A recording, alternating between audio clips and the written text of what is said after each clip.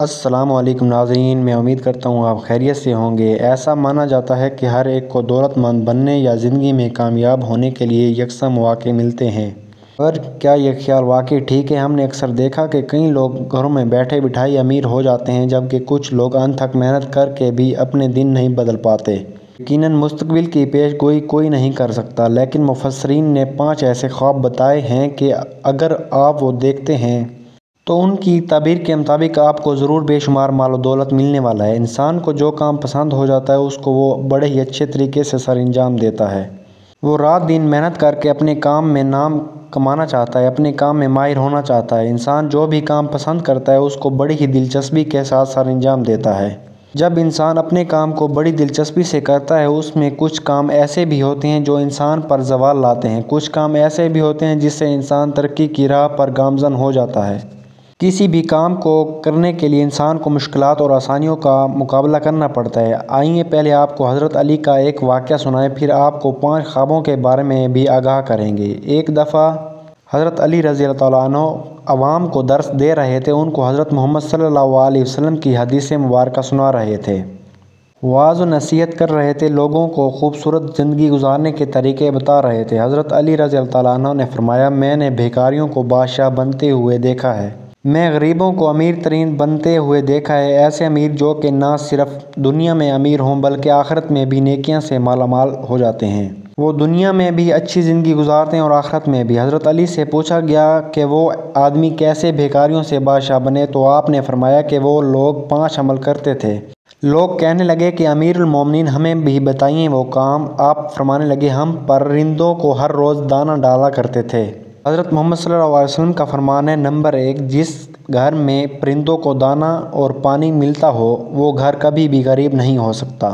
اللہ تعالیٰ اس گھر میں کبھی بھی غریبی نہیں دیکھ سکتا، اللہ تعالیٰ اس گھر میں رزق کی کمی نہیں لاتا۔ حضرت محمد صلی اللہ علیہ وسلم نے فرمایا کہ گھروں میں پرندوں کے لیے دانہ اور پانی رکھا کرو، جب وہ تمہارے گھر سے گزریں تو ان کو پتہ ہو کہ اس گھر کی چھت پر دانہ اور پانی رکھا ہوتا ہے، وہ یہاں پیٹ بھر کر جائیں تو ان کے دل سے دعا نکلتی ہے، اللہ تعالیٰ آپ کے اس عمل پر بہت ہی خوش ہوتا ہے۔ جب انسان اللہ تعالیٰ کی مخلوق کی بھوک اور پیاس مٹاتا ہے تو اللہ تعالیٰ اپنے نیک بندوں کو یہ عمل دے کر مسکراتا ہے۔ جب پرندے کسی گھر سے دانہ کھا کر جاتے ہیں تو وہ دعا دیتے ہیں، اے مالک، تجھے تیری وحدانیت کا واسطہ، تجھے تیری رحیمی کا واسطہ، تو بھی ان لوگوں کے لیے رزق عطا کر جو ہم کو کھانا کھلا رہے ہیں۔ اس طرح اللہ تعالیٰ برکت کے تمام دروازے اس گھر کی طرف کر دیتا ہے جس گھر میں پرندوں کو دانہ اور پانی ڈالا جاتا ہے، تو اللہ تعالیٰ اس گھر سے تمام مشکلات کو آسان فرما دیتا ہے، اس گھر میں رزق کی کمی نہیں آنے دیتا۔ حضرت امام جعفر رضی اللہ عنہ فرماتے ہیں کہ جو انسان صبح اٹھتے ہی یہ عمل کرتا ہے، پرندوں کو پانی اور دانہ ڈالتا ہے،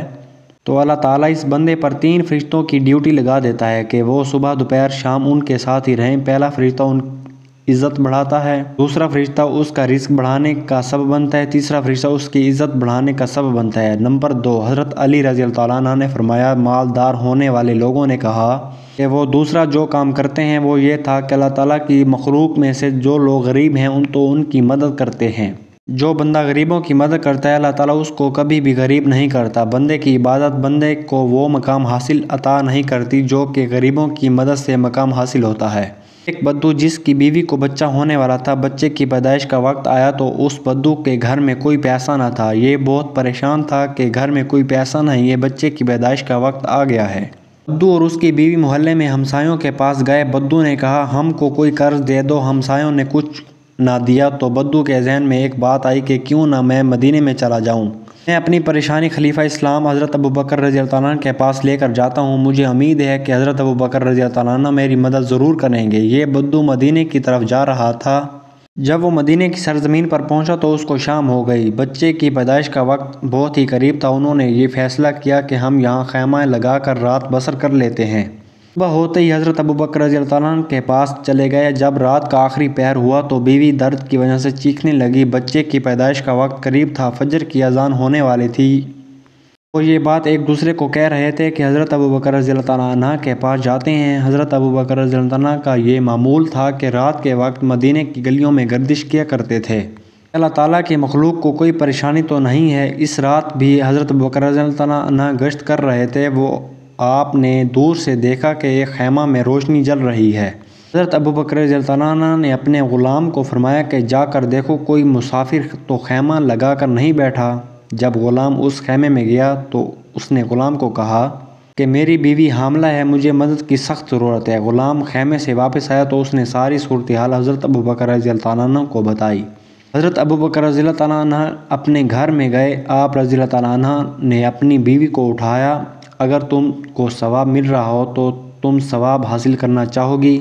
بیوی نے جواب دیا کہ میں ضرور حاصل کرنا چاہوں گی۔ حضرت ابو بکر رضی اللہ عنہ نے فرمایا کہ اٹھو، میرے یار کی بیوی بہت تکلیف میں مبتلا ہے، تھوڑی دیر تک بچے کو جنم دینے والی ہے۔ حضرت ابو بکر رضی اللہ عنہ کی بیوی نے ضرورت کا سارا سامان لیا اور حضرت کو فرمایا کہ آپ کچھ لکڑیاں ساتھ لے لو۔ آپ رضی اللہ عنہ لکڑی اپنے کندھے پر اٹھائی اور اپنی بیوی کے ہمراہ اس خیمے میں چلے گئے۔ حضرت ابو بکر رضی اللہ عنہ خیمے کے باہر رک گئے اور آپ رضی اللہ عنہ کی بیوی خیمے کے اندر داخل ہو گئی۔ بدو کی بیوی کی چیخو پکار آ رہی تھی۔ حضرت ابو بکر رضی اللہ عنہ بدو کے سامنے کھڑے تھے۔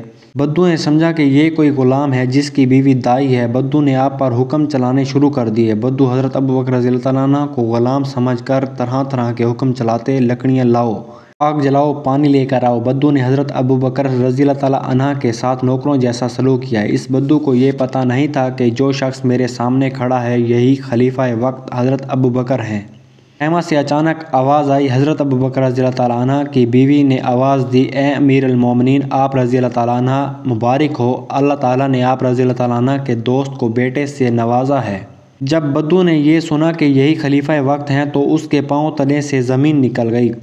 فوراً قدموں میں گر کر معافی مانگنے لگا، اے امیر المومنین، مجھے معاف کر دیجئے گا، میں آپ رضی اللہ عنہ کو پہچان نہیں سکا، مہربانی فرمائیں مجھے معاف کر دیجئے۔ حضرت ابو بکر رضی اللہ عنہ نے اس بدو کو اپنے قدموں سے اٹھا کر گلے لگایا اور فرمانے لگے، اے بدو، یہ مدینہ منورہ ہے، یہ میرے دوست حضرت محمد صلی اللہ علیہ وسلم کا شہر ہے۔ یہاں امیر کی نہیں بلکہ غریبوں کی عزت کی جاتی ہے، غریبوں کو بادشاہ بنایا جاتا ہے، غریبوں کے دکھ درد میں شریک ہوا جاتا ہے، کیونکہ غریبوں کی مدد کرنے والے انسان کبھی بھی غریب نہیں ہوتے۔ نمبر 3، حضرت علی رضی اللہ عنہ نے فرمایا کہ وہ اپنے بیوی بچوں کو حلال کی روزی کھلایا کرتے تھے۔ نمبر 4، اپنے والدین اور بڑوں کی خدمت کیا کرتے تھے۔ نمبر 5، حضرت علی رضی اللہ عنہ نے فرمایا کہ انہوں نے مجھے بتایا کہ ہم نماز ادا کرنے میں کبھی بھی سستی نہیں کیا کرتے تھے۔ انہوں نے کہا کہ ہم آج بھی ان 5 کاموں کا دامن نہیں چھوڑتے۔ یہی وجہ ہے کہ ہم دن بدن امیر ہوتے جا رہے ہیں۔ یہ 5 کاموں کو کرنے والے کبھی بھی غریب نہیں ہوتے، ان کی دنیا اور آخرت سنور جاتی ہے جو یہ 5 کاموں کو اپنی عادت بنا لیتے ہیں۔ جب کسی انسان کے پاس بہت زیادہ دولت آنے والی ہوتی ہے تو اس کو 5 کون سے خواب آتے ہیں۔ خوابوں کی تعبیر بتانے والے کہتے ہیں کہ اگر کوئی انسان خواب میں پہاڑ دیکھتا ہے یا پھر خود پہاڑ پر چڑھ جاتا ہے، اس کی تعبیر یہ ہے کہ اس کے پاس بہت زیادہ دولت آنے والی ہے۔ نمبر 2، اگر کوئی انسان خواب میں مچھلی دیکھتا ہے یا پھر مچھلی کھاتا ہے تو اس کو بھی بے شمار دولت حاصل ہونے والی ہوتی ہے۔ نمبر 3، اگر کوئی بندہ خواب میں تخت دیکھتا ہے یا پھر خود تخت پر بیٹھا ہوتا ہے تو اس کو بھی دولت حاصل ہوتی ہے۔ نمبر 4، خواب میں گھوڑا دیکھنا یا پھر گھوڑے کی سواری کرنا کی تعبیر بھی امیر ہونے کی نشانی ہوتی ہے۔ نمبر 5، خواب میں اونٹ کی سواری کرنا بھی انسان کو امیری کی طرف اشارہ کرتی ہے۔ ان سب خوابوں کو تعبیر ایک ہی ہے کہ اللہ تعالیٰ آپ کو بہت جلد ہی امیر کرنے والا ہے۔ اللہ تعالیٰ سے دعا ہے کہ اللہ تعالیٰ ہم کو بھی یہ 5 کام کرنے کی توفیق عطا فرمائے، آمین۔ دوستو، میں امید کرتا ہوں کہ آپ کو یہ ویڈیو بہت اچھی لگی ہوگی۔ مزید ایسے ویڈیو دیکھنے کے لیے میرے چینل کو ضرور سبسکرائب کر لیں تاکہ اگلی ویڈیو آپ کے پاس جلد از جلد پہنچ سکے۔ بہت بہت شکریہ ناظرین۔ السلام علیکم ورحمۃ اللہ وبرکاتہ۔